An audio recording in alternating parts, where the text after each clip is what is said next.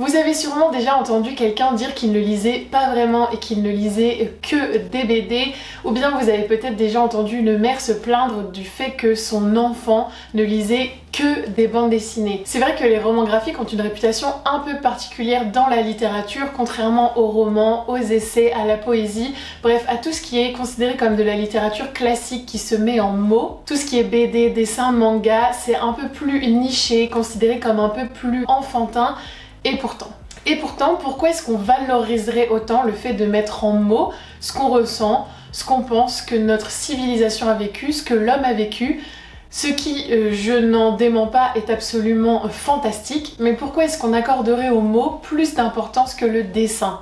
Pourquoi est-ce que le fait de dessiner simplement, parfois avec du texte mais souvent de manière secondaire, pourquoi est-ce que le fait de dessiner ce que l'homme vit, ce que l'homme ressent, ce que l'homme a vécu, ce que l'homme imagine, pourquoi est-ce que ça aurait un impact moindre? Pourquoi est-ce que ça aurait une valeur littéraire moindre? Le succès des bandes dessinées et le succès des romans graphiques, il vient pas de nulle part. Si ça existe, c'est que ça apporte quelque chose aux gens. Ça apporte du divertissement, ça apporte de la connaissance, ça apporte du rire, de la joie, des émotions, bref, ça n'existe pas pour rien, ça a sa place dans le monde littéraire et je pense qu'il faut plutôt voir ça comme quelque chose de complémentaire plutôt que quelque chose qui s'oppose. C'est pas la littérature classique, les mots contre le graphique et le dessin, c'est plutôt quelque chose qui va ensemble. Et c'est absolument génial, je trouve, d'avoir ces deux formes de littérature dans sa bibliothèque parce que ça fait partie de la richesse culturelle qu'on est capable d'avoir en tant qu'homme grâce aux livres. Et c'est justement pour répondre à tous ces clichés, à tous ces préjugés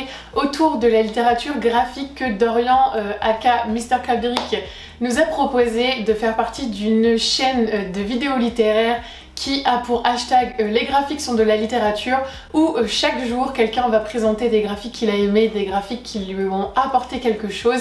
Donc je vous laisserai la liste des autres participants et surtout participantes je crois dans la barre d'infos, comme ça vous pourrez aller regarder leurs vidéos. Je suis à vrai dire la dernière, donc après moi il n'y en a plus.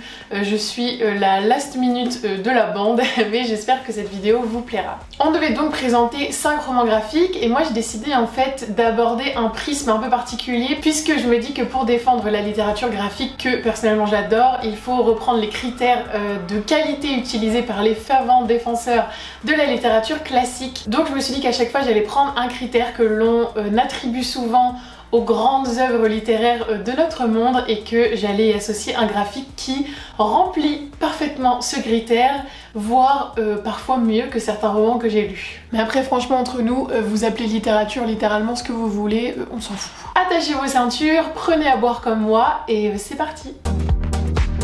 Le premier roman graphique que je vais vous présenter, c'est donc un roman graphique historique qui nous éduque sur une part de notre histoire en tant qu'homme avec un grand H, et c'est Persepolis de Marjane Satrapi, que vous connaissez peut-être grâce à l'adaptation qui a été faite en dessin animé, que personnellement j'avais vu au cinéma quand j'étais je crois au collège, qui m'a beaucoup marqué. Dessin animé en noir et blanc, en sachant que le roman graphique est aussi en noir et blanc. Vous pouvez donc facilement le trouver en intégrale et donc c'est un récit autobiographique puisque Marjane Satrapi va expliquer et raconter toute son enfance en Iran, ensuite comment elle est partie faire ses études en Europe quand ça a commencé à être un peu tendu en Iran avec le régime islamiste et voilà toutes les épreuves qu'elle a traversées, le changement de la condition des femmes, des conditions de vie à cause de la prise de pouvoir par les extrémistes musulmans. Et ce roman graphique est incroyable. Il est incroyable parce que déjà, il est extrêmement drôle. Marjane Satrapi, c'était une petite fille hyper intelligente, hyper débrouillarde, hyper avertie sur ce qui se passait dans le monde. Elle était très éduquée. Donc c'est extrêmement drôle, elle a un esprit qui est très acéré, très acerbe et j'ai adoré tout ce qui est trait d'humour, vraiment extrêmement drôle. En plus quand elle est devenue ado, elle était un peu punk et tout, donc je trouve qu'il y a des références à la pop culture vraiment chouettes. Ensuite elle vient d'une famille peu conventionnelle qui du coup a été assez impactée par le changement de régime après le Shah d'Iran, etc. Elle avait notamment aussi un oncle qui se rebellait contre le régime. Donc on a une vision de la vie quotidienne en Iran, on a une vision de ce que traversent et de ce que subissent les révolutionnaires, ceux qui se rebellent contre le régime totalitaire. Vraiment la BD est très très poignante, elle est très difficile et en même temps très complète puisque justement Marjane Satrapi a eu le malheur de graviter autour de beaucoup de cercles qui ont été impactés par le régime totalitaire après la chute du Shah d'Iran. Le dessin animé est très fidèle, donc si vous avez aimé le dessin animé, je pense que vous allez aimer le roman graphique. Et il y a aussi le côté très intéressant de choc des cultures, puisque quand elle va arriver en Europe, ça va pas très bien se passer, hein. On va vraiment comprendre les différences culturelles, les différences de mentalité entre les pays, la difficulté de sortir de son pays, la difficulté d'y revenir. C'est vraiment un récit sur l'histoire de l'Iran, un récit sur la quête identitaire, un récit sur la liberté. Je vous jure que ça, vous faites lire ça à vos enfants, c'est 1000 fois plus efficace qu'un cours d'histoire ou qu'un super long essai sur l'histoire de l'Iran. Après bien sûr c'est pas exhaustif, ça reste la vie de Marjane Satrapi et elle n'est pas omnisciente, mais c'est extrêmement intéressant, extrêmement touchant, très drôle, très rebelle en fait. Donc vous faites lire ça à vos enfants, à vos adolescents. En tout cas pour moi ça a été le cas, c'est plus efficace que n'importe quel cours d'histoire. Deuxième roman graphique de cette sélection, et c'est un roman graphique qui nous sensibilise à la cause sociale. Souvent les romans sont mis en avant quand ils traitent de la condition sociale, quand ils se font reflet de la réalité. Et là j'ai un roman graphique que j'ai à vrai dire acheté il y a très peu de temps et que j'ai adoré. C'est En toute conscience de Livio Bernardo et Olivier Payon. Livio Bernardo vous le connaissez peut-être parce qu'il est très actif sur Instagram.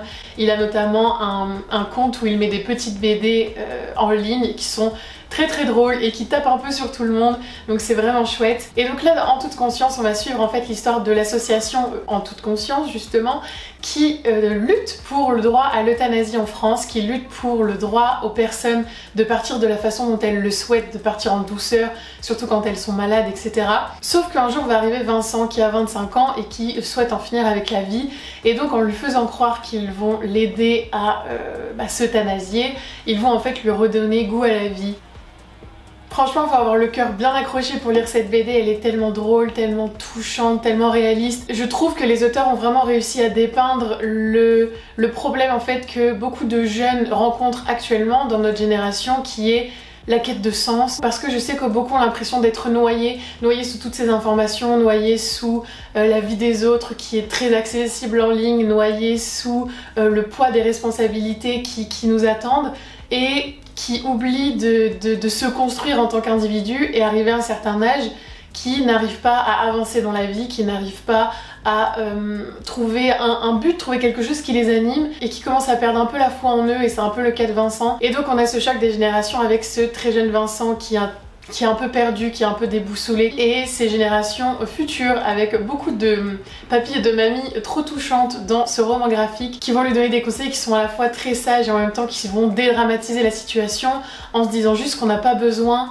de vivre une vie à la Elon Musk pour que ça vaille le coup. Il faut simplement vivre une vie dont on est fier, une vie pleine d'amour, une vie pleine de rire. Et je trouve que c'est très représentatif des défis que peuvent rencontrer certaines générations, que ce soit les plus anciennes avec la dégénérescence, avec la vieillesse, comme les plus jeunes avec la perte de sens et la quête d'identité. Et je trouve de nouveau que c'est aussi représentatif et aussi parlant, voire beaucoup plus qu'un essai sur le sujet. Moi j'ai trouvé que c'était très intelligent, que c'était très beau, et je vous le conseille grandement.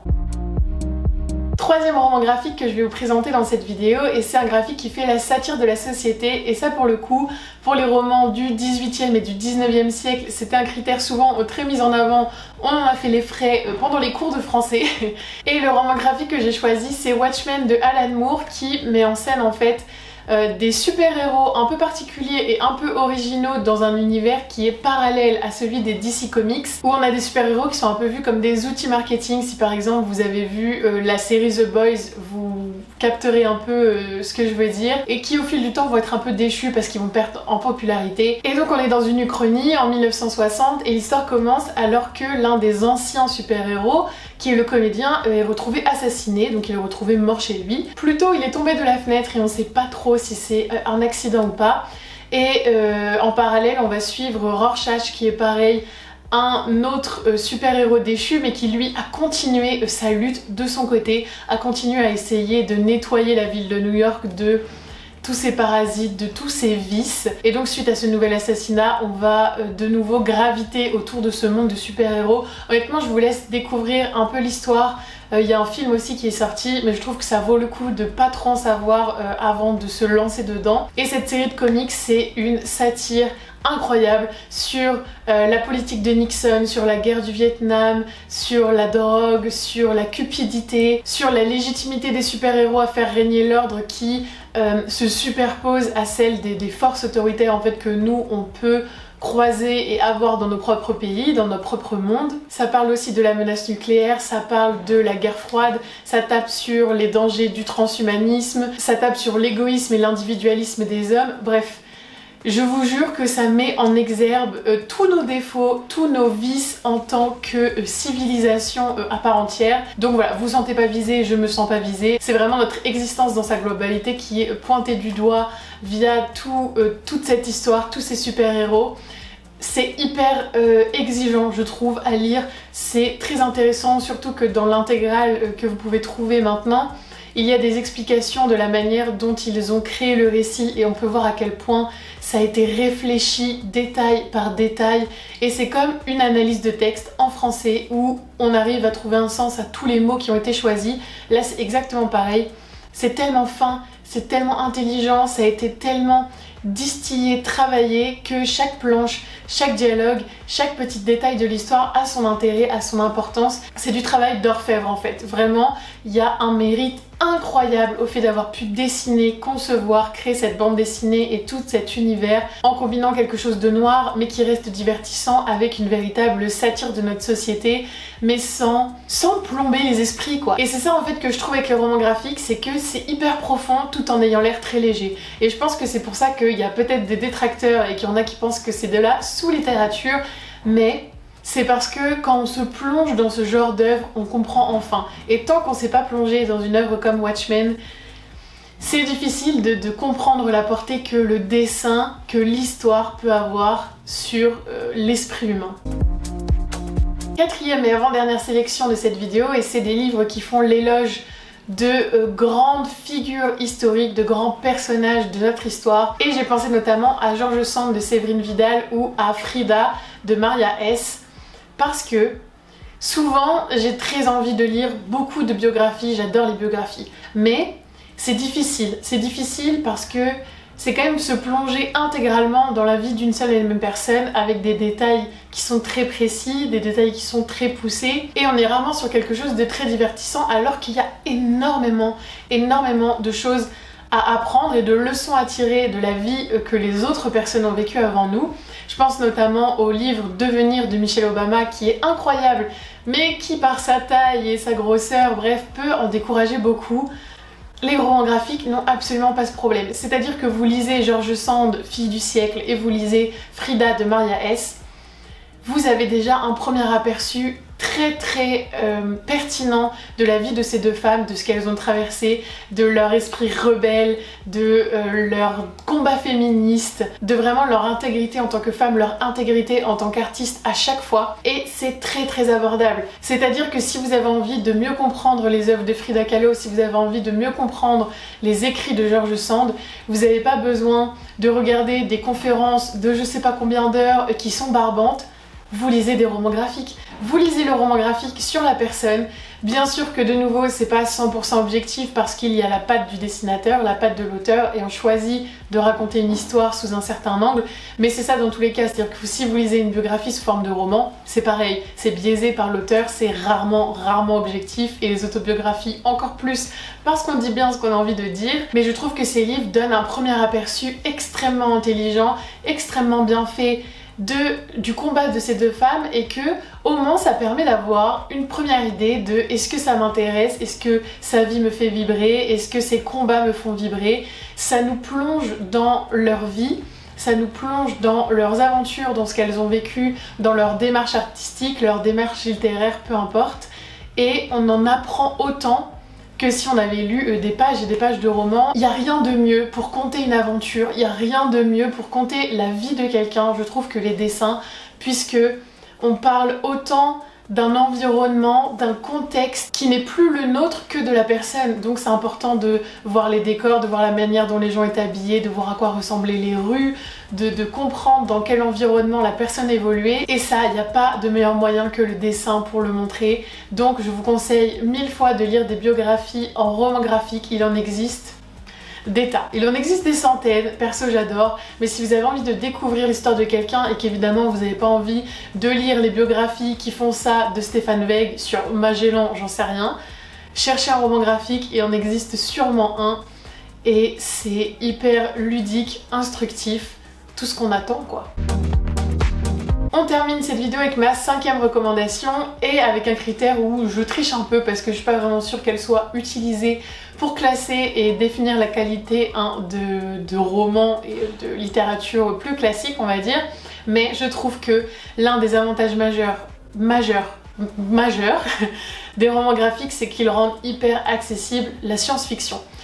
C'est-à-dire, il y a la science-fiction, je sais que beaucoup adorent la fantasy, le fantastique, et la science-fiction un peu moins, parce que c'est plus difficile d'accès. C'est vrai que c'est un peu plus exigeant souvent, parce que souvent on développe sur la physique, l'astrophysique, l'astronomie, enfin bref, il y a souvent des concepts scientifiques qui sont développés, ce qui s'appelle science-fiction. On fait de la fiction par rapport à l'évolution de la science, forcément, mais on a parfois du mal à imaginer, ok, comment ça marche, à quoi ça ressemble, comment ça a pu évoluer de là à là. C'est très compliqué, alors que les romans graphiques, ils mettent tout le monde d'accord. Ils mettent tout le monde d'accord, moi je trouve, sur la science-fiction, parce que ça te permet de visualiser en un simple coup d'œil comment la civilisation a évolué, comment la science a évolué, quel type de machine on utilise, à quoi ressemble la planète maintenant, qu'est-ce qui a disparu, qu'est-ce qui a apparu, enfin bref. Ça, en un seul coup d'œil, en une planche, le dessinateur, il peut te le faire comprendre. Alors qu'avec un roman, il va mettre des mots et des mots à expliquer des choses qui n'existent pas, donc c'est déjà compliqué de mettre des mots sur des choses qui existent, donc allez mettre des mots sur des trucs qui n'existent pas encore.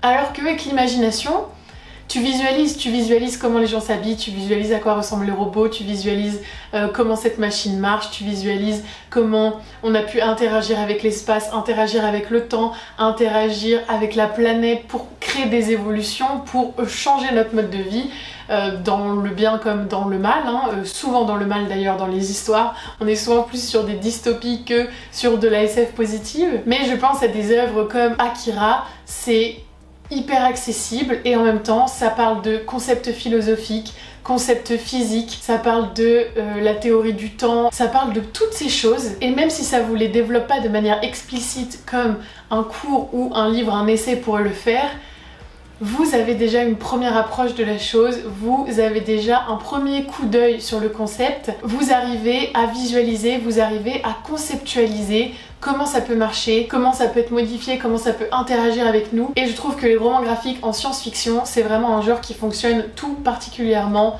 parce qu'on a le côté très visuel et souvent très beau, très dynamique parce qu'on découvre des choses qu'on ne connaît pas, parce qu'on s'aventure dans des mondes qui sont scientifiquement possibles, qui sont scientifiquement faisables, dans des modifications d'univers qui sont probables, et en même temps on est dans quelque chose qui nous parle parce que les auteurs souvent arrivent à ancrer ça dans quelque chose de plus réel, dans quelque chose qui nous fait miroir. Donc là je m'égare un peu, désolée, mais ma recommandation c'est Akira et je vous recommande d'aller voir la vidéo que je vous mets dans le petit i, je sais plus là ou là, parce que j'en parle un peu plus en profondeur et je vous explique comment cette science-fiction là s'ancre vraiment dans des angoisses et dans des réalités vraiment très actuelles. Et voilà, je suis un peu soufflée, mais c'est juste que je suis vraiment hyper enthousiaste et vraiment très excitée de faire cette vidéo. Les romans graphiques c'est quelque chose que j'adore, qui me tient vraiment à cœur parce que oui ça coûte cher,